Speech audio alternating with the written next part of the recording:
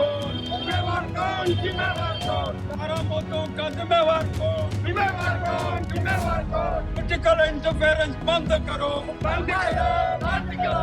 Political interference और अभी बंद तक करो, बंद करो। बहुत जरूरी है छात्रों को काम इसके अलावा भी आपको बता दें कि लगातार अभी भी 6 से 7 जो बच्चे हैं वो बड़े हैं दो, काम करने दो, काम करने दो।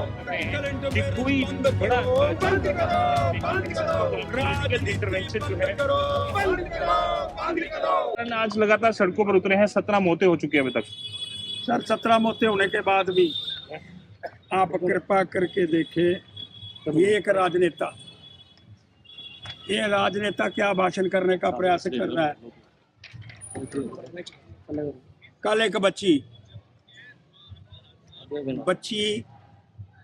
को रेफर डॉक्टरों के माध्यम से करना था चंडीगढ़। एक एमएलए ने कहा कि मैंने सारा प्रबंध करा दिया है। जब वो बच्ची लाई गई यहाँ एयरपोर्ट के ऊपर, तो यहाँ से मेडिकल कॉलेज के प्रिंसिपल ने टेलीफोन करा चंडीगढ़।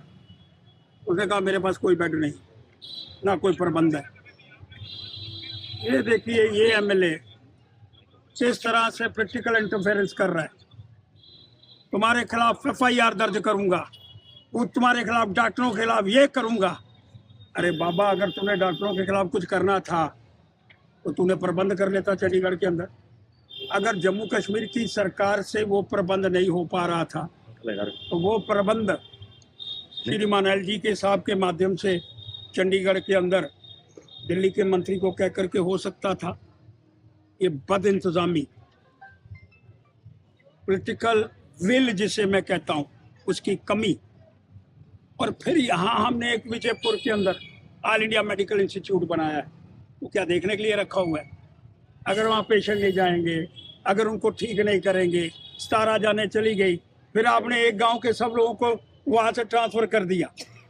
अरे क्या उस पूरे क्षेत्र के अंदर कोलाहल नहीं मचा? ये पता नहीं कौन सी बीमारी आ गई है, हमको भागना चाहिए छोड़ करके। ये कौन निर्णय ले रहा है? कौन राजनीतिक फैसले लेकर के?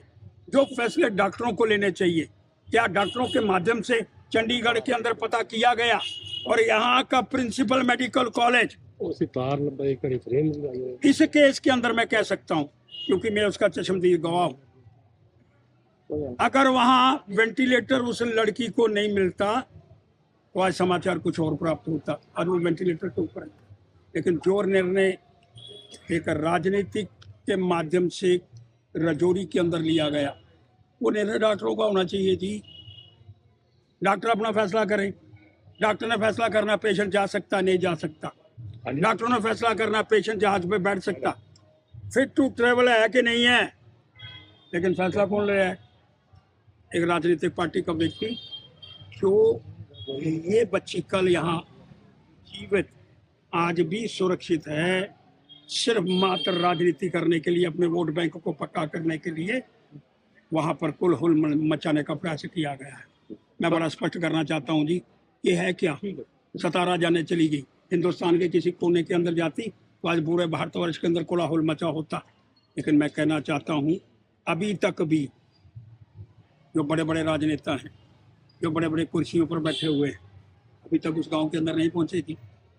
सर, राजनीति के कारण ये पता नहीं लग पा रहा और इतनी जाने लगातार जा रही। अरे वो जो बंदा करने वाला है, मैं बड़ा स्पष्ट करना चाहता हूँ जी, उसका राजनीतिकों के साथ बड़ी कनेक्टिविटी है और खुद एक राजनीतिक पार्टी से बिलोंग करता है, इसलिए नहीं हो पा रहा। 17 बंदे गए, लेकिन राजनीति हावी है। मैं बार बार कहना चाहता हूँ, वो राजनीति बेड़ा गर्क कर रही है।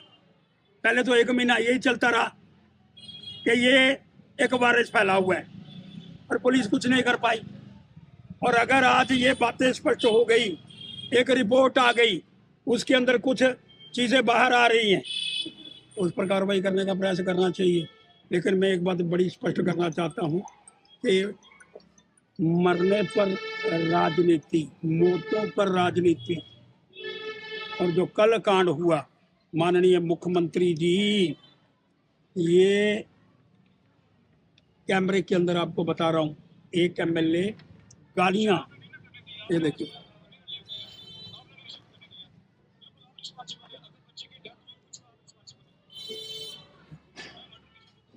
मर्डर केस में बुक कराऊंगा। किसको मर्डर केस में बुक कराएंगे भाई साहब आप? अब ये मर्डर केस के अंदर बुक कराएंगे। आपने कहा चंडीगढ़ जाएगी, चंडीगढ़ के अंदर बेड नहीं था। किसने कहा जहाज पर बिठाओ? किसने कहा उसको fit to travel certificate? Medical college Rajouri principal ने दिया, लेकिन जबरन। राजनीति बंद करो मुख्यमंत्री जी, कृपा करके अपने आदमी को संभालो। और ये जो शिफ्टिंग वाला व्यवस्था आप करने का प्रयास कर रहे हैं, ये पाप कर रहे हैं, पाप। हमारे पास यहाँ सारी व्यवस्था का अनावरण है, सारी व्यवस्था बनी हुई है।